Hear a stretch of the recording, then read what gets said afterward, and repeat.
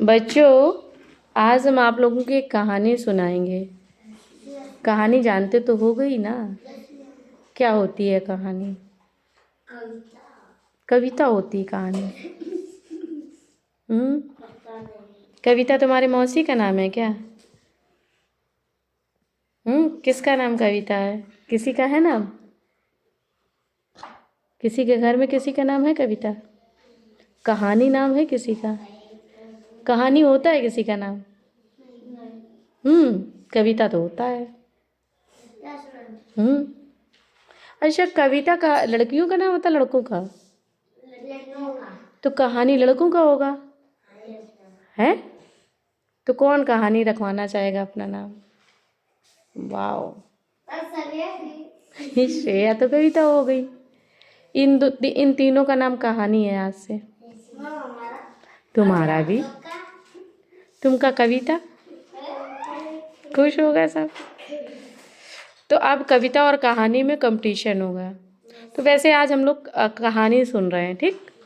और इस कहानी को तुम लोग को बहुत ध्यान से सुनना है। बाद में हम इससे कुछ प्रश्न पूछेंगे आप लोगों से, उनके उत्तर आपको देने होंगे। समझ रहे हो?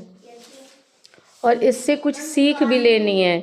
इसमें कुछ ऐसी चीज़ें आएंगी जिनको अपने जो अच्छी आदत होगी वो आप जीवन में अपने उतार लेंगे, और अगर बुरी आदत होगी तो उसको बाहर फेंक देंगे। मतलब उस बुरी आदत को आप अपनी ज़िंदगी में शामिल नहीं करेंगे। मतलब आप ऐसी हरकत कभी नहीं करेंगे। कैसी? जैसे तुम ये क्या कर रहे हो? पहला नंबर तो सीधे बैठ जाओ। एक बार हमने क्या सुनाया था? जब बैठो तब तन कर बैठो, कभी न ढीले ढाले बन कर बैठो, गर्दन रीढ़ तनाए बैठो, कभी न शीश झुकाए बैठो। हाँ, तो एकदम सही से बैठो, सीधे होके।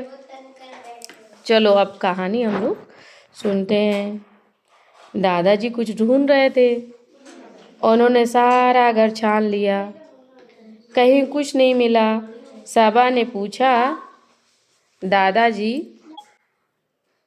तो उन्होंने सारा घर छान लिया, कहीं कुछ नहीं मिला। सबा ने पूछा दादाजी आप क्या ढूंढ रहे हैं? दादाजी बोले बेटा, मेरा चश्मा कहीं नहीं मिल रहा है, मैं अखबार कैसे पढूं? दादा लोग की निगाह थोड़ी कमज़ोर हो जाती है ना, बुज़ुर्ग हो जाते हैं। तो जब उन्हें अखबार पढ़ना होगा तो उन्होंने चश्मा ढूंढना शुरू किया, तो मिला नहीं। सबा भी चश्मा ढूंढने लगी। सबा उनकी कौन है? हाँ, बेटी की बेटी, या वैसे दादाजी बोल रही तो बेटे की बेटी। जैसे तुम लोग नहीं बोलते नातिन, तुम्हारे भी तो बाबा होंगे ना घर में। हाँ। तभी टेपे पूंछ लाता हुआ आया। टेपे पता है कौन है? देखो आगे क्या देखा कि टेपे पूंछ लाता हुआ आया। अरे चश्मा तो टेपे की आंखों पर है। सबा और दादाजी एक साथ बोले। टेपे ने भौं भौं करते हुए आरिफ की तरफ देखा। किसकी तरफ देखा? आरिफ की तरफ। शायद वो सबा का भाई होगा, ठीक है। फिर क्या हुआ? टेपे ने भौं भौं करते हुए आरिफ की तरफ इशारा किया। आरिफ हंसने लगा। दादाजी और सबा समझ गए कि ये सब आरिफ की शरारत है। किसकी?